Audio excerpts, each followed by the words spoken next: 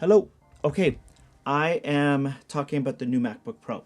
And I'm talking to you as a photographer and I direct. And I'm going to talk to you guys about my decision and why I returned the MacBook Pro Max chip. Okay, so I returned it. I bought it and I returned it. And you guys will actually see like the final cost on the screen and why I returned it and what the stats were. My current laptop is this guy right here, 2015. It's the one with the SD slot, the MagSafe, and the USB slots.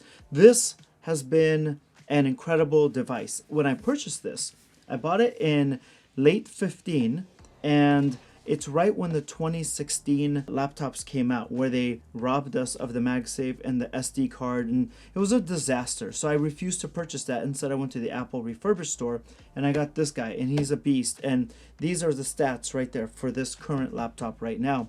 But the other day, I was like, okay, let me actually go and I'll purchase this new MacBook Pro because it's been about 6 years. The problem with that is I wasn't sure what I was going to buy. I wasn't sure what was going to be the right laptop for me. I think that Apple did a phenomenal job of listening to their consumers. What they did not do a good job of is really breaking it down, saying, hey, if you do this, we would suggest that. If you do this kind of work, we think you should get this and upgrade in that. I teach a lot in this channel not to chase the latest and greatest, so I was disappointed in myself that I went after the latest and the greatest. My original one that I purchased from Apple, which is now returned, was this one.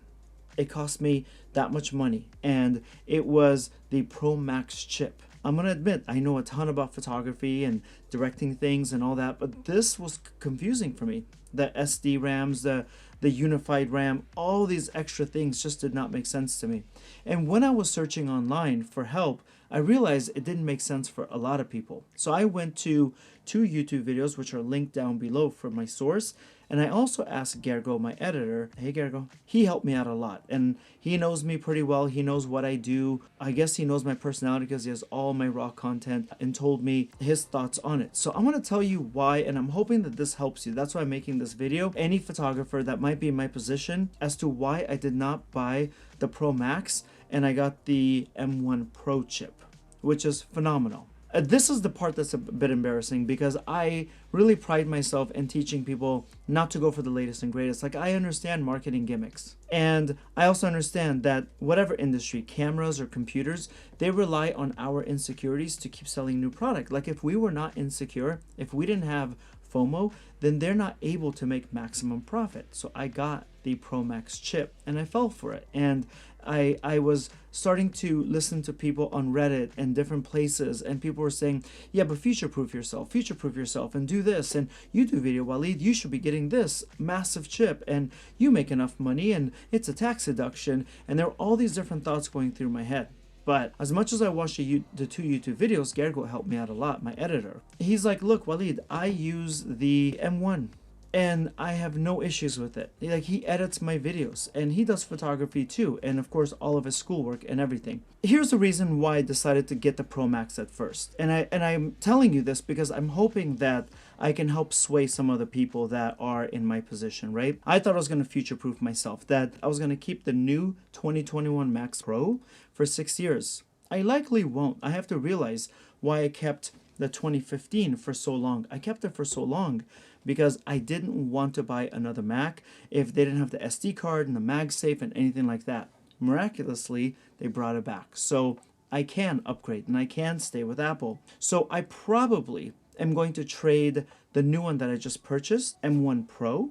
I probably will trade that in about 4 years. And then Apple has a really good trade-in department. You see me actually trading in my 2015 right here, and you see me getting $530 from it.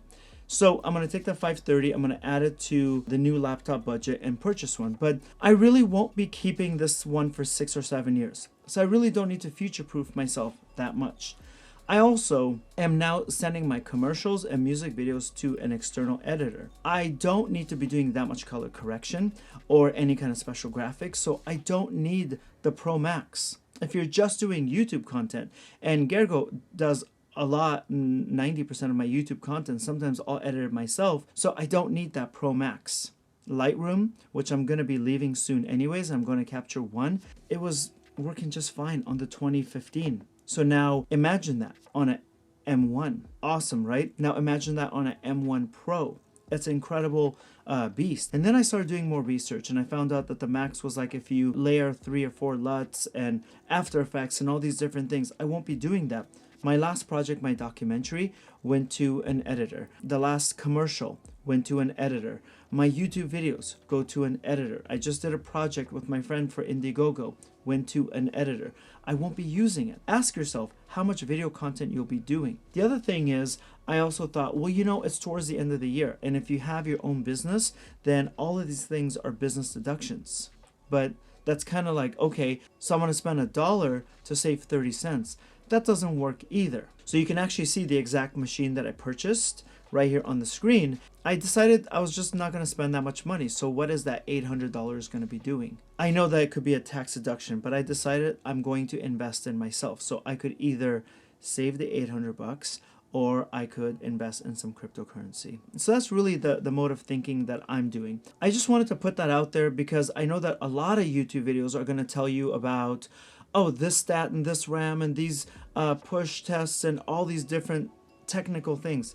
I'm not giving you that. I'm just telling you why I decided to purchase the Pro versus the Pro Max. But remember, the industry needs you to be insecure, no matter how good of a company it is. They rely on your insecurities because that's how they keep pushing new products. If you were fine with the gear that you had, they're not selling anymore. All right, so remember that, and it's something that I need to remember too. So thank you. We sliced up the apple. I was kind of proud of that for a moment, but so I hope that this helps anybody. That is it. I got a lot of videos on this channel that help you make money from photography, take better pictures, follows me on set, all the things, okay? So if you're interested in learning more, then subscribe down below. If you have any questions, about my Mac when I get it, and let me know if I need to do anything for you, if I need to test anything, if I need to give you some feedback or any updates, I'm also happy to do that. All right? Thank you very much. I'll talk to you guys next time.